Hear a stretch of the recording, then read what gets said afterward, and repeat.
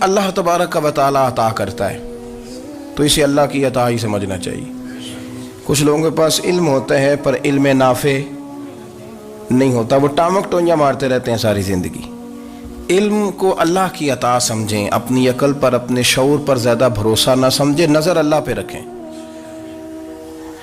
حضرت مولا علی شیر خدا کرم اللہ تعالی وجہہ الکریم سے کسی نے پوچھا تھا بڑا عالم کون ہوتا ہے؟ ہمارے ہاں تو اب وہ والے عالم پائے جاتے ہیں نا اللہ ماشاءاللہ، جو ممبر پہ بیٹھتے ہیں تو دعوے ہی دعوے، ممبر پہ بیٹھتے ہیں تو دعوے ہی دعوے، اس طرح کے عالم ہمارے ہاں پائے جاتے ہیں۔ وہ ہر بات میں دعویٰ کرتے ہیں، میں یہ کر دوں گا، میں وہ کر دوں گا۔ یہ مزاج علماء کا نہیں۔ حضرت علی المرتضیٰ سے کسی نے پوچھا بڑا عالم کون ہوتا ہے؟ فرمایا بڑا عالم وہ ہوتا ہے کہ جسے مسئلے کا پتہ نہ ہو تو وہ کہہ دے مجھے نہیں پتہ، میں پتہ کر کے بتاؤں گا، غلط بات بیان نہ کرے۔ امام مالک سے کسی نے کوئی مسئلہ پوچھا تو آپ فرمانے لگے مجھے اس سوال کا جواب نہیں آتا، ہمارے بزرگ سمجھاتے کیا ہیں؟ وہ کہنے لگا آپ اتنے بڑے امام ہیں تو اس سوال کا جواب نہیں آتا۔ آپ فرمانے لگے اگر مجھے ہر سوال کا جواب آتا پھر تو میں خدا ہوتا، مجھے ہر سوال کا جواب نہیں آتا، مجھے تو اتنا آتا ہے جتنا میرے رب نے مجھے عطا کر دیا ہے۔ اپنی نظر اللہ پہ رکھیں، نکل آئیں اس معمے سے باہر کہ میں کوئی بلا ہوں، مجھے بڑا پتہ ہے، میرے پاس 6 ڈگریاں ہیں، مجھے 10 جگہ پہ تدریس کا شغف حاصل ہے، اس سے نکلیں باہر۔ قرآن مجید دیکھیے گا، اللہ تعالیٰ نے ارادہ قدرت فرمایا کہ میں حضرت آدم کو بناؤں گا، پھر بنانے کے بعد فرمایا فرشتوں سجدہ کرو آدم کو، سب نے سجدہ کیا الا ابلیس ابا واستکبر وکان من الکافرین، سب نے سجدہ کیا سوائے ابلیس کے، اس نے انکار بھی کیا، تکبر بھی کیا اور کافروں میں سے ہو گیا۔ تو یہ جب اللہ تعالیٰ نے سجدہ کرایا تو کیسے کرایا؟ اللہ تبارک و تعالیٰ نے نا حضرت آدم کو علم سکھایا خود، وعلم آدم الاسماء کلہا، خود اللہ فرماتے ہیں کہ میں نے جناب آدم علیہ السلام کو تمام اشیاء کے نام سکھائے، سب اشیاء کے نام سکھائے۔ تو وہ چیزیں پھر میں نے نا، اللہ فرماتے ہیں میں نے فرشتوں پہ پیش کی، میں نے کہا کہ بتاؤ ان کے نام کیا ہے، تو فرشتوں نے جو جواب دیا وہ سمجھنے والا ہے۔